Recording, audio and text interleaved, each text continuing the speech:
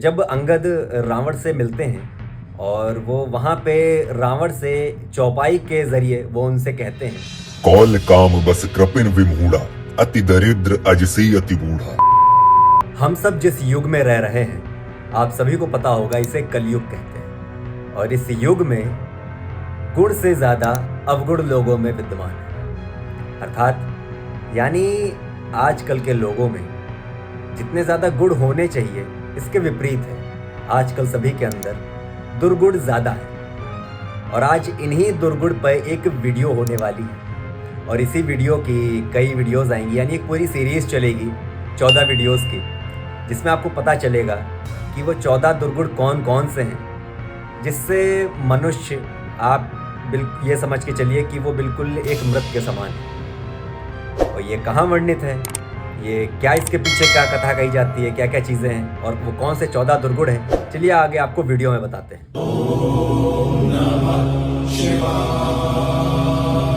आप सभी को पता होगा कि हम लोग कलयुग में रह रहे हैं और ये जो युग है ये अपने आप में पाप का युग है। यहाँ जितने ज़्यादा पाप हो रहे हैं इससे पहले किसी भी युग में नहीं हुए होंगे, चाहे वो सतयुग हो, द्वापर हो, त्रेता हो, कोई भी युग रहा।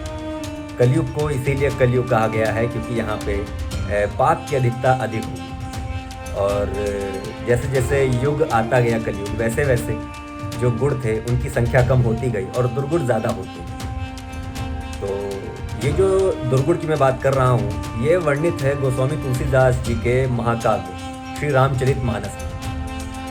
वहाँ पे लंका कांड में जब जो अंगद होते हैं, वाली के पुत्र अंगद, रावण से भेंट करने जाते हैं और वो रावण को ये बताते हैं कि मनुष्य के अंदर जब ये 14 दुर्गुण हो जाते हैं तो वो मनुष्य एक मृत के समान हो जाता है।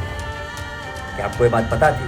नहीं पता हो, चलिए मैं आपको बताता हूँ। जब अंगद रावण से मिलते हैं और वो वहाँ पे रावण से चौपाई के जरिए वो उनसे कहते हैं, कौल काम बस कृपिन विमूढ़ा, अति दरिद्र अजसी अति बूढ़ा। सदा रोग बस सतत विरोधी, विष्णु विमुख श्रुति संत विरोधी। तनु पोषक निंदक अग खानी, जीवत सब सम 14 प्राणी। तो इस चौपाई में वो जो पहला शब्द जो कहते हैं कौल, कौल का अर्थ होता है वाम मार्गी। तो आज हम इसी कौल की बात करेंगे कि आखिर जब मनुष्य के अंदर ये दुर्गुण आ जाता है तब वो कैसे हो जाता है। देखिए, कौल पहले के टाइम पे कौल कहा जाता था, उसका जो अर्थ होता है वो वाम मार्गी होता है, यानी उल्टा चलने वाला। अब ये अपने आप में आप समझ रहे होंगे उल्टा चलने वाला इंसान कैसा होता है। उल्टा चलने वाला इंसान बिल्कुल वैसा होता है जो हर जगह नकारात्मकता खोजता है। वो देश दुनिया से उल्टा चलता है, वो अपनी चीज़ों को हथियाने के लिए हर वो उल्टे काम, यानी जिसे साम दाम दंड भेद कहते हैं, वो करता है और जादू टोना अधर्म का कार्य करता है। यानी जब दुनिया सीधी तरफ चल रही है तब वो अपने आप को अति समझदार दिखाने के लिए वो उल्टा चलने की कोशिश करता है, जिसे आजकल के हम लोग भाषा में ओवर स्मार्ट कहते हैं। तो जब वो ओवर स्मार्टनेस पे इंसान जब उतर जाता है, यानी जब वामपंथी हो जाता है, तो ऐसा व्यक्ति देश, समाज और धर्म के लिए बहुत ही घातक हो जाता है। तो यही अंगद बताते हैं रावण को कि तुम किस तरह से एक कौल हो गए हो, यानी वामपंथी हो गए हो, वाम मार्गी हो गए हो, उल्टा चाल चलने वाले हो गए हो, जो श्री राम से तुमने बैर लिया है। तो ये जो उन्होंने जो पहला दुर्गुण बताया वो ये कौल, यानी वाम मार्गी।